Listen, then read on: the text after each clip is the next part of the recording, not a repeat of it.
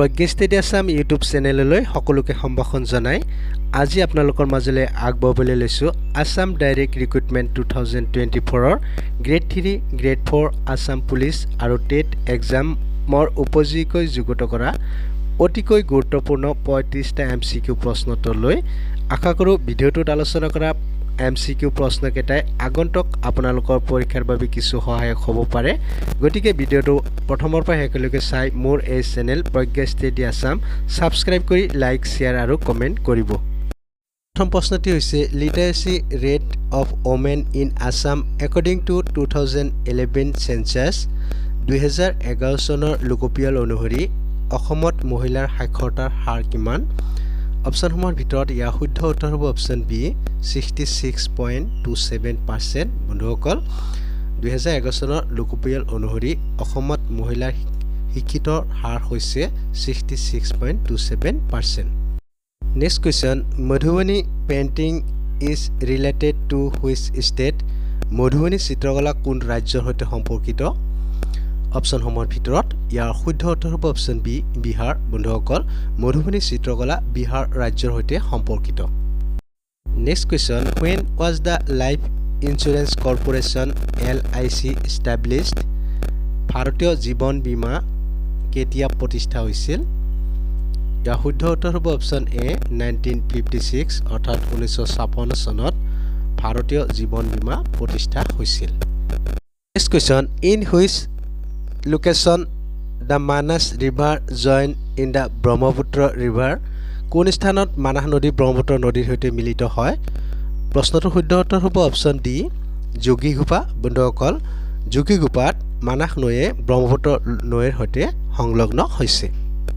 পৰৱৰ্তী প্ৰশ্নত আছে which is the longest lake in India ভাৰতৰ আটাইতকৈ দীঘল হ্ৰদ কোনটো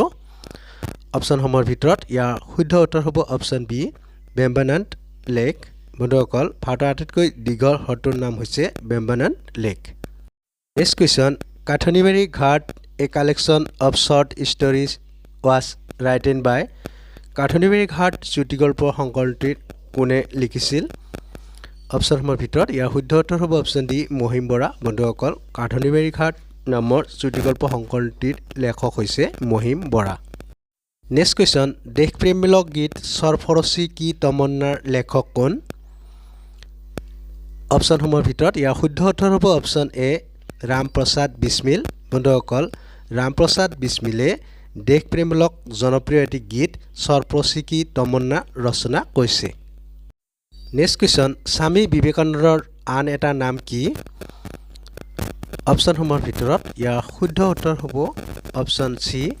নৰেন্দ্ৰনাথ দত্ত বন্ধুসকল স্বামী বিবেকানন্দৰ আন এটা নাম হৈছে Narendranath Dutta next question girder পাৰ্টিৰ প্ৰতিষ্ঠাপক সভাপতি কোন আছিল অপচনসমূহৰ ভিতৰত ইয়াৰ শুদ্ধ উত্তৰ হ'ব অপচন এ মোহন সিং ফকনা বন্ধুসকল গাৰ্ডাৰ পাৰ্টিৰ প্ৰতিষ্ঠাপক সভাপতি আছিল মোহন সিং ফকনা নেক্সট কুৱেশ্যন ভাৰতীয় জাতীয় কংগ্ৰেছৰ প্ৰতিষ্ঠাপক কোন আছিল অপচনসমূহৰ ভিতৰত ইয়াৰ শুদ্ধ উত্তৰ হ'ব অপচন ডি এলেন অক্টোভিয়ান হিউম বন্ধুসকল ভাৰতীয় জাতীয় কংগ্ৰেছৰ প্ৰতিষ্ঠাপক আছিল এলেন অক্টোভিয়ান হিউম নেক্সট কুৱেশ্যন শেহতীয়াকৈ কোনখন ৰাজ্য চৰকাৰে তথ্য প্ৰযুক্তি খণ্ডক উৎকৃষ্টতাৰ বাবে ৰাজীৱ গান্ধী বঁটা ঘোষণা কৰিছে অপচনসমূহৰ ভিতৰত ইয়াৰ শুদ্ধ উত্তৰ হ'ব অপচন চি মহাৰাষ্ট্ৰ বন্ধুসকল শেহতীয়াকৈ মহাৰাষ্ট্ৰ চৰকাৰে তথ্য আৰু প্ৰযুক্তিৰ উৎকৃষ্টতাৰ বাবে ৰাজীৱ গান্ধী বঁটা ঘোষণা কৰিছে পৰৱৰ্তী প্ৰশ্ন ব্ৰহ্মপুত্ৰ উপত্যকা আৰু বৰাক উপত্যকাৰ মাজত অৱস্থিত পৰ্বত শাৰীৰ নাম কি অপচনসমূহৰ ভিতৰত ইয়াৰ শুদ্ধ উত্তৰ হ'ব অপচন বি বৰাইল পৰ্বত বন্ধুসকল ব্ৰহ্মপুত্ৰ উপত্যকা আৰু বৰাক উপত্যকাৰ মাজৰ শাৰীৰ পৰ্বতটোৰ নাম হৈছে বৰাইল পৰ্বত পৰৱৰ্তী প্ৰশ্ন তলৰ কোনখন মহাদেশক কলা মহাদেশ হিচাপে জনা যায় অপচনসমূহৰ ভিতৰত ইয়াৰ শুদ্ধ উত্তৰ হ'ব অপচন এ আফ্ৰিকা বন্ধুসকল আফ্ৰিকা মহাদেশক কলা মহাদেশ হিচাপে জনা যায় পৰৱৰ্তী প্ৰশ্নত আছে ভাৰতত সৰ্বপ্ৰথম স্থাপিত হোৱা বেংকটোৰ নাম কি অপচনসমূহৰ ভিতৰত ইয়াৰ শুদ্ধ উত্তৰ হ'ব অপচন এ হিন্দুস্তান বেংক বন্ধুসকল ভাৰতত সৰ্বপ্ৰথম স্থাপন কৰা বেংকটোৰ নাম হৈছে হিন্দুস্তান বেংক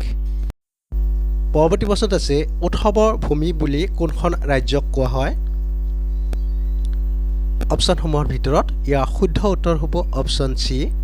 নাগালেণ্ড বন্ধুসকল উৎসৱৰ ভূমি বুলি নাগালেণ্ড ৰাজ্যক কোৱা হয় পৰৱৰ্তী প্ৰশ্ন চিচিটিভিৰ সম্পূৰ্ণ অৰ্থ কি অপচনসমূহৰ ভিতৰত ইয়াৰ শুদ্ধ উত্তৰ হ'ব option B closed circuit television বন্ধুসকল চিচিটিভিৰ সম্পূৰ্ণ ৰূপটো হৈছে ক্লোজড সাৰ্কিট টেলিভিছন পৰৱৰ্তী প্ৰশ্ন কাৰ ৰাজত্বকালত হিউৱেন চাং অসম ভ্ৰমণ কৰিছিল অপচনসমূহৰ ভিতৰত ইয়াৰ শুদ্ধ উত্তৰ হ'ব অপচন ডি ভাস্কৰ বৰ্মন বন্ধুসকল ভাস্কৰ বৰ্মনৰ ৰাজত্বকালত চীনা পৰিব্ৰাজক হিউৱেন চাং অসম ভ্ৰমণ কৰিছিল পৰৱৰ্তী প্ৰশ্ন শৰাইঘাট দলং কিমান চনত নিৰ্মাণ কৰা হৈছিল অপচনসমূহৰ ভিতৰত ইয়াৰ শুদ্ধ উত্তৰ হ'ব অপচন সি 1962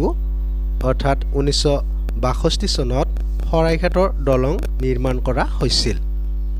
পৰৱৰ্তী প্ৰশ্ন তলৰ কোনগৰাকী শংকৰদেৱৰ কন্যা অপচনসমূহৰ ভিতৰত ইয়াৰ শুদ্ধ উত্তৰ হ'ব অপচন সি মনু বন্ধুসকল শংকৰদেৱৰ কন্যাগৰাকীৰ নাম আছিল মনু পৰৱৰ্তী প্ৰশ্ন চুডাংফাৰ কিমান চনত আহোম ৰাজ্যৰ ৰজা হৈছিল অপচনসমূহৰ ভিতৰত ইয়াৰ শুদ্ধ উত্তৰ হ'ব অপচন এ 1397 বন্ধুসকল 1397 খ্ৰীষ্টাব্দত চুডাংফাই আহোম ৰাজ্যৰ ৰজা হৈছিল পৰৱৰ্তী প্ৰশ্ন অসমৰ সাক্ষৰতাৰ হাৰ কিমান অপচনসমূহৰ ভিতৰত ইয়াৰ শুদ্ধ উত্তৰ হ'ব অপচন সি 72.19 শতাংশ বন্ধুসকল